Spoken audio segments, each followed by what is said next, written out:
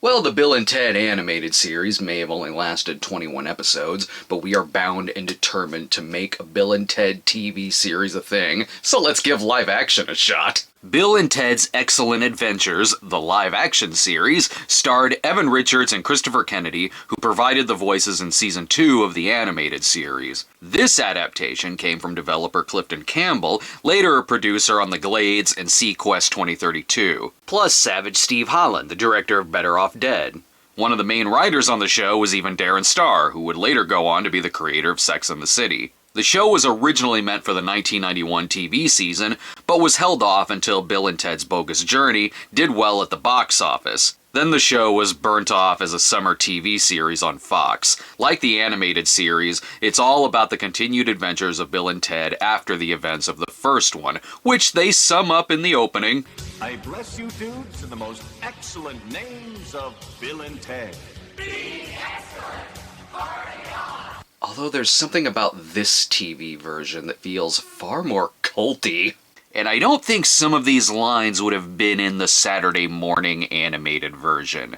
Life was a bitch for Bill and Ted in 20th Century San Dimas. That's Rick Overton as Rufus, but if you need something from the first movie, don't worry, there's reused special effects from it. Even if you need a reminder of the animated series, both open with backstory exposition, and then follow it up with Bill and Ted playing guitar and something getting destroyed. Plus immediately checking out Mom's sweet body as she comes in serving them drinks in a bikini. Geez, if they did a third series, she'd just be completely naked.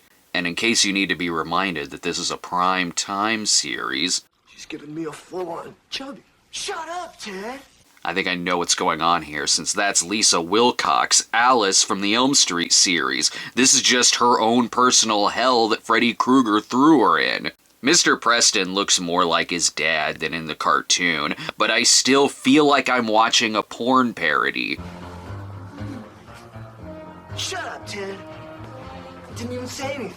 A porn parody where the impressions really aren't that bad. Since their amp exploded, they need it to play at the big dance. And no, they don't go back in time to find the inventor of amps, but they apply to get a job at Nail World. Mr. Keelson will hire them, but only on the condition that one of them takes his daughter to the dance. You take her, Bill.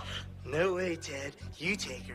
No way, man. You take her. Ted, I have a reputation. Bill, so do I. She's totally gross. But you, ugly, most non-triumphant Uggo date to the dance. Unfortunately, they have to play at the dance because plot. If you don't play at that dance tomorrow night, then you won't go on to fulfill your destiny as the only two dudes in the universe who can save the world from a most egregious thing.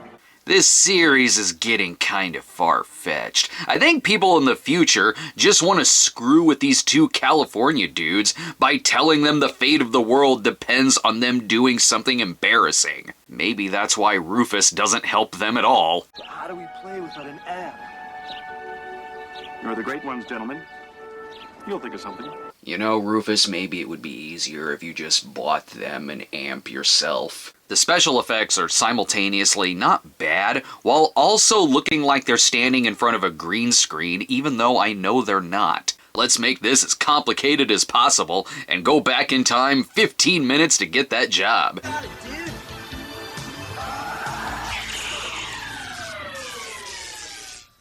Nothing's happening. What do you mean? The most 1992 thing ever just happened. Now they're ready to go back to footage from the movie. And by that, I mean they're teleported into their crime story magazine.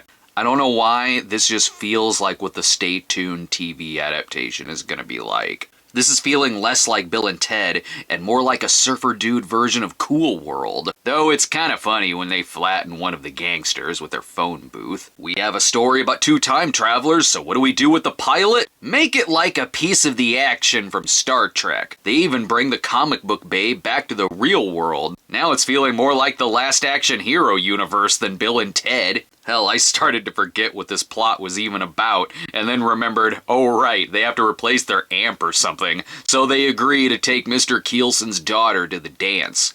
Her skin is like the finest honey. She is so hot, Mr. Keelson. So excellent. God! This is gonna end with an orgy, isn't it? There's a whole lot of story going on here, right down to Bill and Ted discovering themselves in the comic. What is this show even about? And how in the hell is there only 2 minutes left? And most of it'll just be rubbing some lotion onto Missy's ass. The episode actually ends with a to be continued, but don't get too excited, it isn't continued.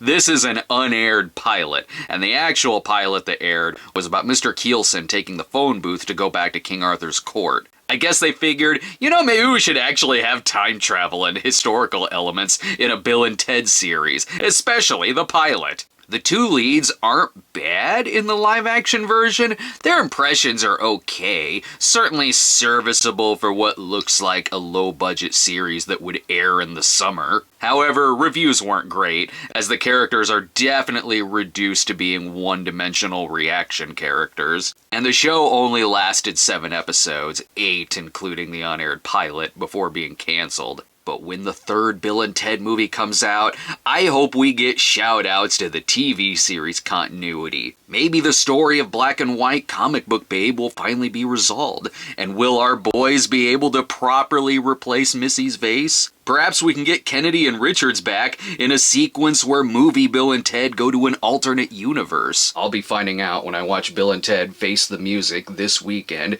Yes, I know, I could have also done a tie-in for the New Mutants, which is finally being released, but I just now remembered that movie is also coming out.